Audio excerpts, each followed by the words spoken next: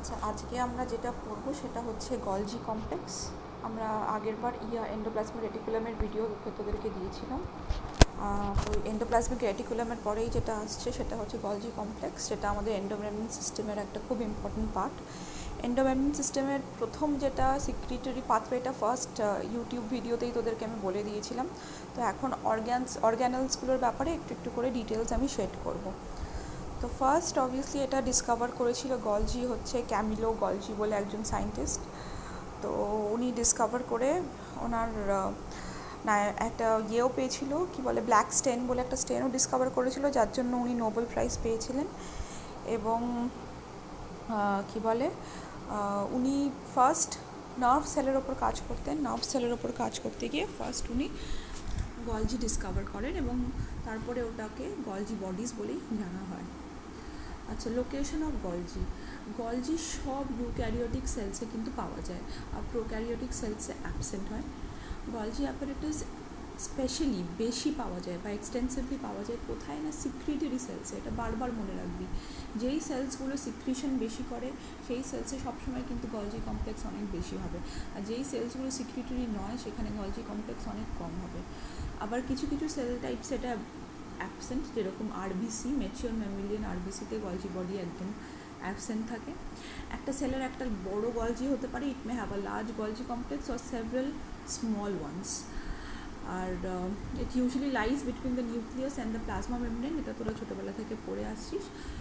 আর Golgi body যখন initially discover হয়েছিল ওটাকে ডিকটিওজোমস বলা হতো, এবং এখনও ইনভার্টিব্রেট এবং প্লান্ট সেলসে ওটাকে কোনো কোনো জায়গায় কিন্তু ডিকটিওজোমসও বলা হয়, লোয়ার ইনভার্টিব্রেটসের ক্ষেত্রে। আচ্ছা, এই ডায়াগ্রামটা দেখে এটা মানে ক্লিয়ারলি বুঝতে পারছিস, এখানে যে পার্পল জায়গাটা আছে এটা হচ্ছে নিউক্লিয়াস, এখানে ব্লু যে জায়গাটা আছে এন্ডোপ্লাজমিক রেটিকুলাম, আর অবভিয়াসলি যেই গ্রিন জায়গাটা আছে সেটা দেখা যাচ্ছে সেটা হচ্ছে আমাদের গলজি বডি। এটা দেখাবার অনেক কারণ আছে, সেটা হচ্ছে খুব ক্লিয়ার দেখ এন্ডোপ্লাজমিক রেটিকুলামটা আর গলজির ডিফারেন্সটা খুব ভালো করে বুঝবি।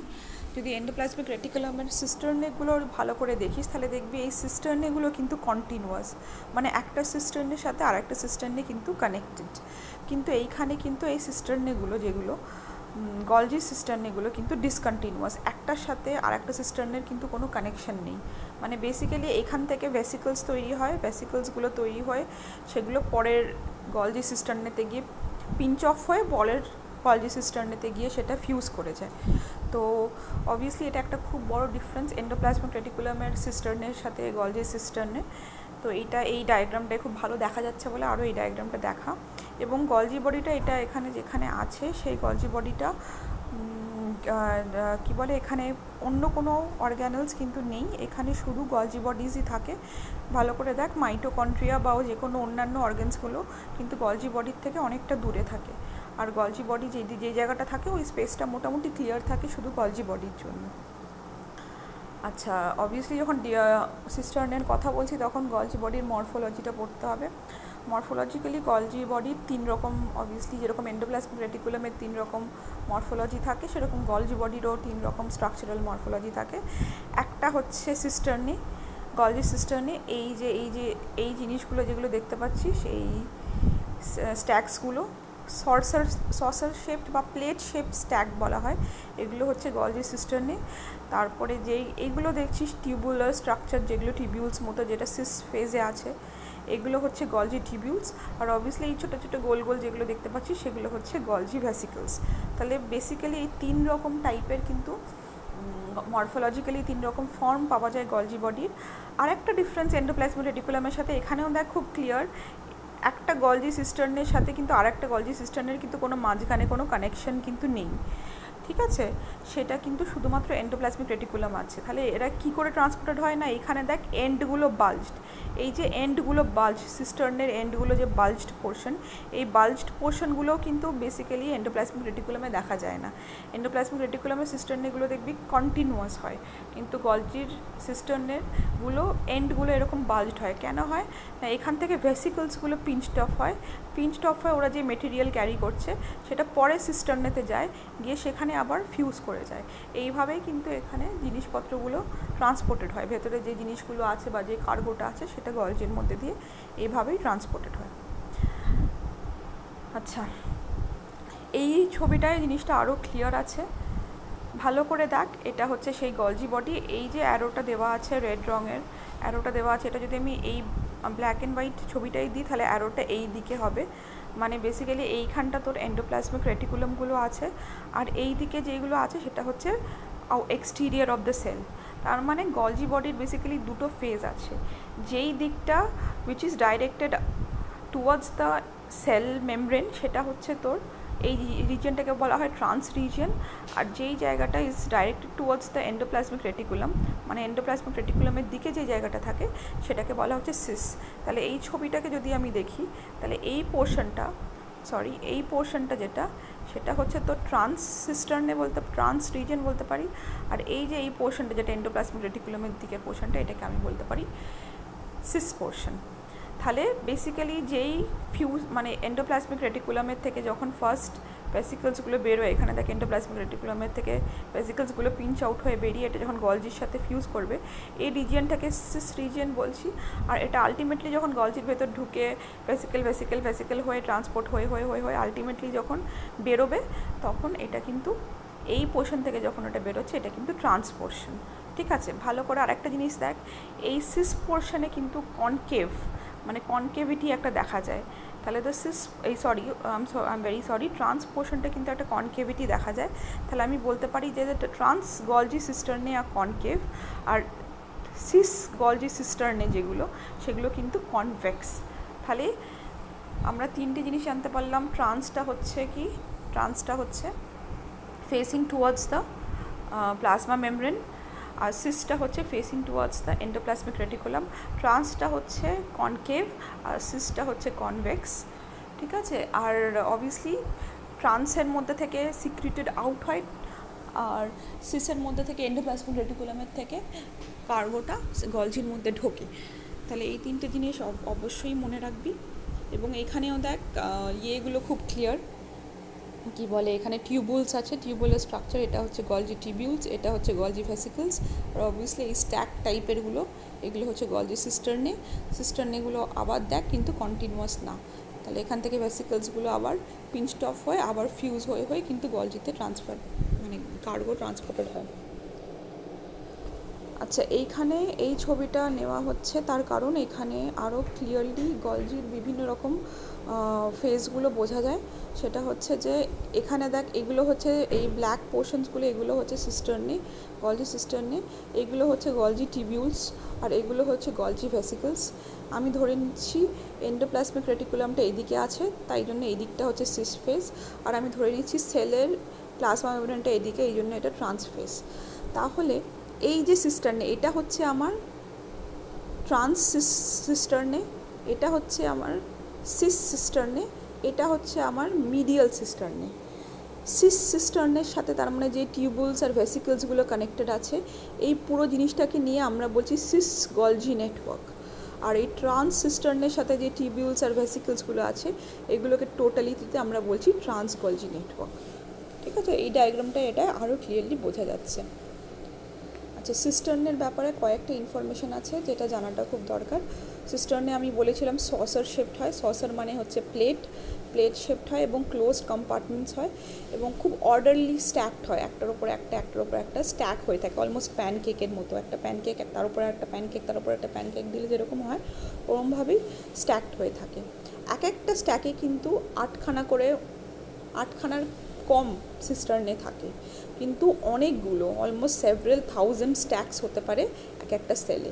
সেটা ডিপেন্ড করে সেলটা কীরকম টাইপের, মানে সেল যদি সিক্রিটরি সেল হয় তখন অনেক গলজি বডি পাওয়া যাবে, আবার সেল যদি সিক্রিটরি সেল না হয় তাহলে কিন্তু গলজি বডির স্ট্যাকসগুলো নাম্বার অনেক কম থাকবে। সিস্টার্নে ডায়ামিটার ভ্যারি করে 0.5 থেকে 1 ন্যানোমিটার অবধি ইন ইচ স্ট্যাক। আর cisternae is separated by a space of 20 to 30 nanometre. মানে দুটো সিস্টার্নের মাঝখানে যে গ্যাপটা সেটা হচ্ছে 20 to 30 ন্যানোমিটার, আর একটা সিস্টার্নের যে ডায়ামিটারটা সেটা হচ্ছে 0.5 থেকে 1 ন্যানোমিটার। ঠিক আছে, তারপরে চলে আসছি নেক্সট গলজি টিবিউলসে। এই যে সিস বা ট্রান্স যেগুলো এই জিনিসগুলো, এটাকে আমি কিন্তু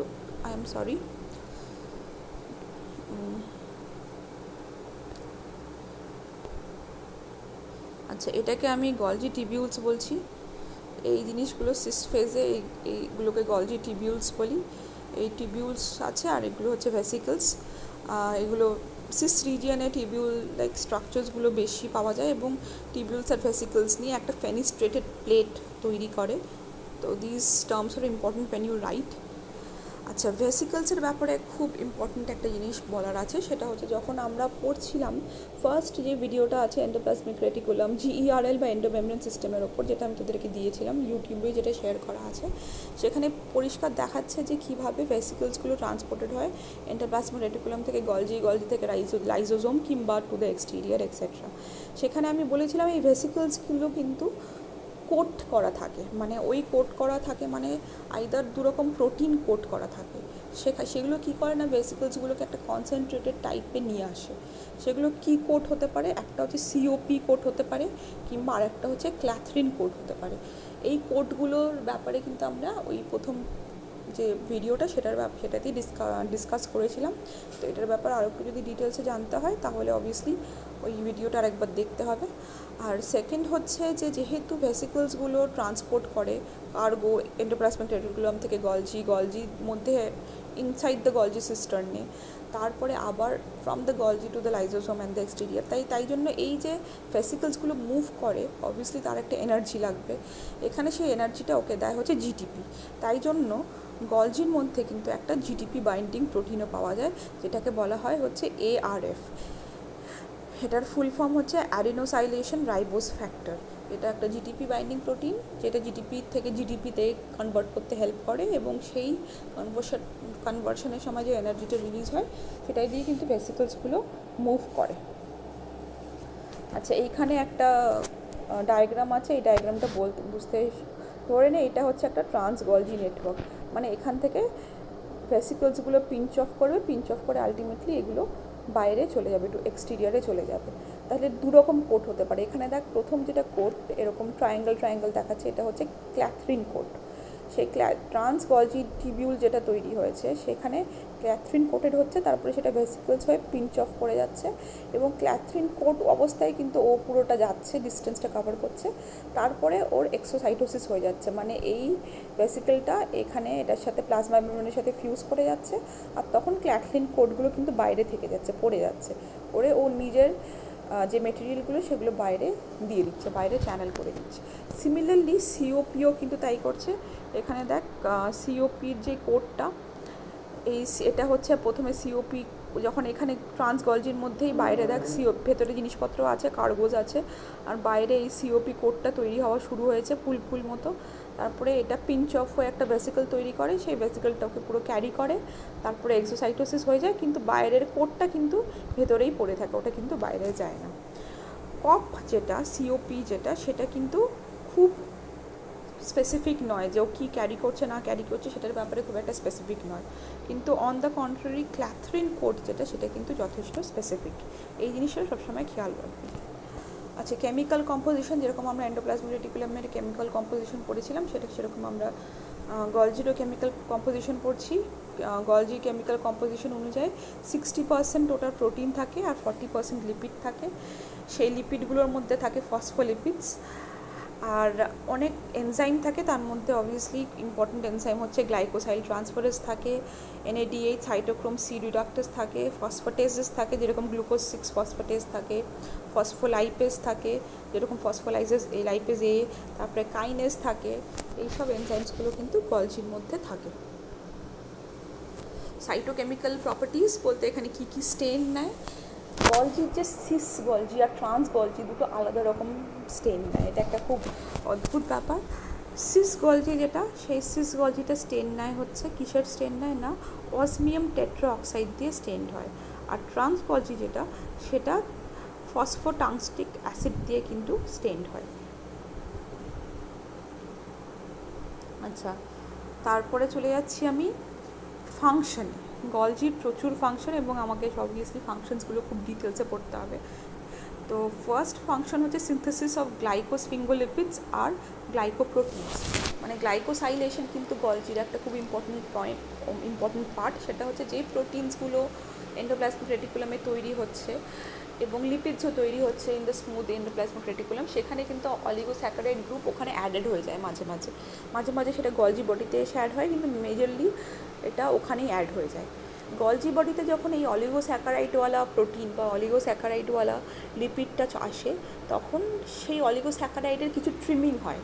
ট্রিমিংয়ে আলটিমেটলি ওরা গ্লাইকোপ্রোটিন বা গ্লাইকোলিপিড, এখানে গ্লাইকোলিপিডকে গ্লাইকোস্ফিঙ্গোলিপিড বলা হয়েছে। স্ফিঙ্গোসিন হচ্ছে একটা অ্যালকোহল, যাই হোক এটা পড়বি পরে বায়োকেমিস্ট্রিতে। তো গ্লাইকোস্ফিঙ্গোলিপিড তৈরি করে, তো সেই কাজগুলো কিন্তু গলজি বডি করে। তো গ্লাইকোসাইলেশনের একটা খুব ইম্পর্টেন্ট জায়গা হচ্ছে, গ্লাইকোসাইলেশন একটা very important function of Golgi body, তাই জন্য গ্লাইকোসাইল ট্রান্সফারেজ এনজাইমটা কিন্তু এখানে পাওয়া যায়। সেকেন্ড হচ্ছে এবং সবথেকে ইম্পর্টেন্ট ফাংশন হচ্ছে গলজি বডির সিক্রিশন, এবং সেটা হচ্ছে main function. Golgi is main secretory in function, এবং সেই সিক্রিশনটা দুরকম হতে পারে। একটা হচ্ছে রেগুলেটরি সিক্রিশন হতে পারে, কিংবা যেটা হতে পারে সেটা হচ্ছে কনস্টিটিউটিভ সিক্রিটরি পাথওয়ে হতে পারে। দুরকম পাথওয়েতে কিন্তু সিক্রিটেড হতে পারে। এই দুটো কি? কনস্টিটিউটিভ সিক্রিটরি পাথওয়ে মানে হচ্ছে যে কোনো সিক্রিটরি জিনিসপত্র এরকম হয় যেটা কন্টিনিউয়াসলি সিক্রিটেড হতে হবে। ধর লিভারের কোনো এনজাইম হলো বা যে কোনো জিনিস, কোনো লিভারের সিক্রিটরি মেটেরিয়াল হলো, সেটা কন্টিনিউয়াসলি লিভারের থেকে হয়তো ধর সিক্রিটেড হতে হচ্ছে কন্টিনিউয়াসলি। এটা বেসেল লেভেলে কিন্তু আমাদের বডিতে সর্বক্ষণ লাগবে ওই মেটেরিয়ালটা, তখন সেটা কনস্টিটিউটিভ সিক্রিটরি পাথওয়ে দিয়ে কন্টিনিউয়াসলি সিক্রিটেড হয়। আর সেকেন্ড হচ্ছে রেগুলেটেড সিক্রিটরি পাথওয়ে, তার মানে এইটা কিন্তু কখনো সবসময় লাগে না। এই যে সিক্রিটরি জিনিসপত্রগুলো আছে ভেসিকেলসের মধ্যে বা গলজির মধ্যে, সেই সিক্রিটরি জিনিসপত্রগুলো কিন্তু সবসময় লাগে না।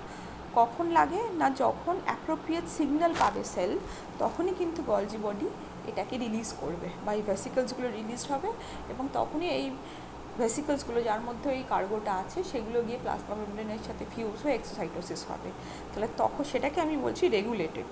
তার মানে রেগুলেটেডের কী হচ্ছে, আমার একটা এক্সটার্নাল সিগন্যাল লাগছে, সেই সিগন্যালটা হওয়ার পরেই কিন্তু আমি সেল তারপরে সিক্রিট করবে। আর প্রথমটা হচ্ছে কনস্টিটিউটিভ, তার মানে এটার কোনো এক্সটার্নাল সিগন্যাল লাগছে না, ও কন্টিনিউয়াসলি কিন্তু কিছু সিক্রিট করে যাচ্ছে।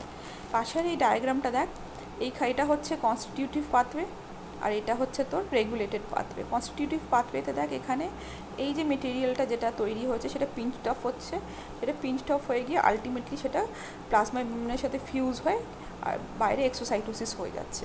কিন্তু এইখানে দেখ, এখানে যেটা রেগুলেটেড পাথওয়েতে দেখাচ্ছে, এটা পিঞ্চড অফ হচ্ছে, পিঞ্চড অফ হয়ে কিন্তু বসে আছে। এখানে একটা ছোট্ট মতো যদি ভালো করে দেখিস,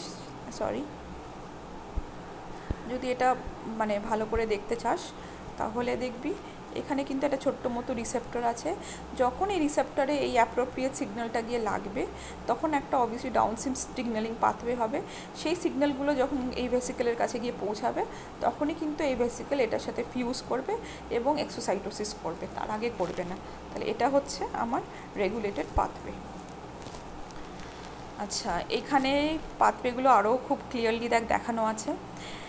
আর একটা সিক্রিশনের মধ্যে আরেকটা খুব ইম্পর্টেন্ট গলজির ফাংশন হচ্ছে সর্টিং মানে কি, ওর ভেতরে যে প্রোটিনগুলো আছে গলজির কিংবা যে লিপিডগুলো আছে সেটা কোন দিকে যাবে, সেটা কি রেগুলেটেড পাথওয়েতে সিক্রিটেড হবে, সেটা কি কনস্টিটিউটিভ পাথওয়েতে সিক্রিটেড হবে, না সেটা কি লাইজোসোমের সাথে ফিউজ হবে, এই সব জিনিসপত্রগুলো কিন্তু গলজি নিজেই ডিসাইড করে। তাহলে এই ডিসিশন করার ক্ষমতাটা বা এই সর্ট করার ক্ষমতাটা বা ক্লাসিফাই করার ক্ষমতাটা এটা গলজি বডির আছে। তাহলে গলজি বডির আরেকটা ইম্পর্টেন্ট ফাংশন হচ্ছে সর্টিং। তাহলে গলজি বডিতে দেখ, এখানে দেখা যাচ্ছে গ্রিন কিছু মেটেরিয়াল আছে, কিছু রেড মেটেরিয়াল আছে, ইয়েলো মেটেরিয়াল আছে। গলজি কিন্তু নিজেই ডিসাইড করে ফেলেছে যে ইয়েলো মেটেরিয়ালটা লাইজোসোমে যাবে, গ্রিন মেটেরিয়ালটা যখন দরকার হয়, যখন সিগন্যাল আসবে তখন সে সিক্রিট করবে, আর লাল মেটেরিয়ালটা সর্বক্ষণ সিক্রিট করবে। তাই লাল মেটেরিয়ালে দেখ একটা ভেসিকেল, মোটামুটি ছোটো ভেসিকেল হয়, কনস্টিটিউটিভলি সিক্রিটরি পাথওয়েতে চলে গেছে, কন্টিনিউয়াসলি সিক্রিটেড হবে। গ্রিনটা ভেসিকেলগুলো জেনারেলি এটার থেকে বড় হয়, গ্রিন ভেসিকেলসগুলো কনস্টিটিউটিভের থেকে বড় হয়, রেগুলেটিভ ভেসিকেলসগুলো, সেটা ওয়েট করে বসে থাকবে, যখন অ্যাপ্রোপ্রিয়েট সিগন্যাল পাবেও তখন ও সিক্রিটেড হবে। আরেকটা হচ্ছে ইয়েলোটা কি, ইয়েলোর সিক্রিটেড হলো একটা ভেসিকেলে, তারপরে ওটা লাইজোসোমের সাথে গিয়ে ফিউজ করে গেল, করে আলটিমেটলি প্রাইমারি লাইজোসোম তৈরি করলো। তাহলে এটাও কিন্তু একটা ইম্পর্টেন্ট ফাংশন অফ গলজি। আচ্ছা, আর একটা ইম্পর্টেন্ট ফাংশন অফ গলজি হচ্ছে মেমব্রেন রিসাইকেল করা। এই যে আমাদের বিভিন্ন মেমব্রেনস আছে, অর্গ্যানেলসের মেমব্রেন বল, প্লাজমা মেমব্রেন বল, সেটা একটা লিভিং বডিতে কন্টিনিউয়াসলি ওটা রিসাইকেল হচ্ছে। ওটার যে প্রোটিনটা বা লিপিডটা যেটা আছে সেগুলো কন্টিনিউয়াসলি রিসাইকেলড হচ্ছে, নতুন লিপিড নতুন প্রোটিন গিয়ে কন্টিনিউয়াসলি অ্যাটাচড হচ্ছে ইন দ্য প্লাজমা মেমব্রেন। তো সেই ফ্লো হয়ে এক্সোসাইটোসিস হয়ে যে অ্যাটাচ হয়ে যাচ্ছে লিপিড প্রোটিনটা, সেই মেমব্রেনটাকে নতুন লিপিড বা প্রোটিন দেওয়া, এই কাজটাও কিন্তু গলজি করছে। কারণ গলজি যখন ভেসিকলসগুলো এক্সোসাইটোসিস করে বা গলজি ভেসিকলসগুলো ধরে নিচ্ছি আমি যখন প্লাজমা মেমব্রেনের সাথে ফিউজ করছে, তখন কিন্তু গলজি ভেসিকলসগুলো মেমব্রেন স্ট্রাকচার প্রোভাইড করছে টু দ্য প্লাজমা মেমব্রেন। সেটা কি না, সেটা প্রোটিন এবং সেটা লিপিড দুটোই কিন্তু ও প্লাজমা মেমব্রেনকে প্রোভাইড করছে। তাই ও ইন আ ওয়ে মেমব্রেন রিসাইক্লিংয়েও হেল্প করছে। প্রাইমারি লাইসোজোম তৈরি করতে আমি একটু আগে বললাম, লাইসোজোমের সাথে ফিউজ করে বিভিন্ন লাইসোজোমের এনজাইমসকে ট্রিম করে সেগুলোকে ঠিকঠাকভাবে সর্ট করে লাইসোজোমের মধ্যে গিয়ে ফিউজ করে লাইসোজোমের ভেতরে দিয়ে দেওয়া, সেই কাজটা করে আলটিমেটলি লাইসোজোম তৈরি করা প্রাইমারি, সেই কাজটাও কিন্তু গলজি করছে। এখানে দেখা আছে, এখানে মোটামুটি এই প্রসেসটা বলা আছে কীভাবে হচ্ছে জিনিসটা, এটা তোদের অতটা ডিটেলস দরকার নেই।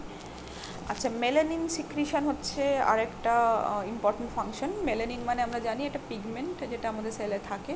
সেই পিগমেন্ট যাদের বেশি থাকে তারা বেশি কালো হয় বা ডার্ক হয় কমপ্লেক্সন, আর যাদের কম থাকে তারা ফেয়ার হয় কমপ্লেক্সনে। আর এই মেলানিন তৈরি করার কাজটাও কিন্তু গলজি করছে এবং সেটা গলজি সিক্রিটরি পাথওয়ে দিয়ে সিক্রিটেড হচ্ছে। আর একটা খুব ইম্পর্টেন্ট ফাংশন হচ্ছে মলিকুলার প্রসেসিং অফ সিক্রিশন। মানে কি, মানে ধর একটা প্রোটিন তৈরি হচ্ছে, সেটা রাইবোজোমসে গিয়ে প্রোটিন তৈরি হচ্ছে, এন্ডোপ্লাজমিক রেটিকুলামে আসছে, সে তার মধ্যে হয়তো অলিগোস্যাকারাইড বসছে, ফোল্ড হচ্ছে, সব কিছু এন্ডোপ্লাজমিক রেটিকুলামে হচ্ছে। সেটা হওয়ার পরে অনেক সময় যেটা হয় যে পলিপেপটাইডটা অনেক বড় থাকে, সেটা ফাংশনাল পলিপেপটাইড হয় না। যেরকম ধরে নিচ্ছি ইনসুলিনে প্রথম যে পলিপেপটাইডটা তৈরি হয় সেটাকে প্রি-প্রো ইনসুলিন বলা হয়। সেটাকে কাটা হয়, ট্রিম করে দেওয়া হয়, ট্রিম করে একটা প্রি ইনসুলিন তৈরি হয়, সেটা আবার ট্রিম হয় আলটিমেটলি কিন্তু ইনসুলিন তৈরি হয়। এই ট্রিমিংয়ের কাজগুলো করে আলটিমেটলি ফাইনাল যে দরকারি পলিপেপটাইডটা তৈরি করা, সেটাও কিন্তু গলজি করে। তাহলে এটাও একটা very important function of Golgi. Acrosome formation আমরা জানি, অ্যাক্রোজোমের ক্যাপ যেটা গলজি বডি থেকেই তৈরি হয়। আর অন্যান্য সেলুলার ফাংশনের মধ্যে গলজি অ্যাপারেটাসের আরও অনেক অবভিয়াসলি সেলুলার ফাংশনস আছে, সেরকম secretion of materials of primary আর সেকেন্ডারি সেল ওয়াল প্লান্টসের, সিক্রিশন অফ কর্টিক্যাল গ্র্যানিউলস। এটা যখন এমব্রায়োলজি পড়বি তখন জানবি যে কর্টিক্যাল গ্র্যানিউলসগুলো কী, oocytes পাওয়া যায়। Formation of yolk and vitelline membrane of primary oocytes। তো এরকম আরও ওর এক্সট্রা ফাংশনস আছে। তো এই নিয়েই আমার গলজি ক্লাসটা শেষ হলো।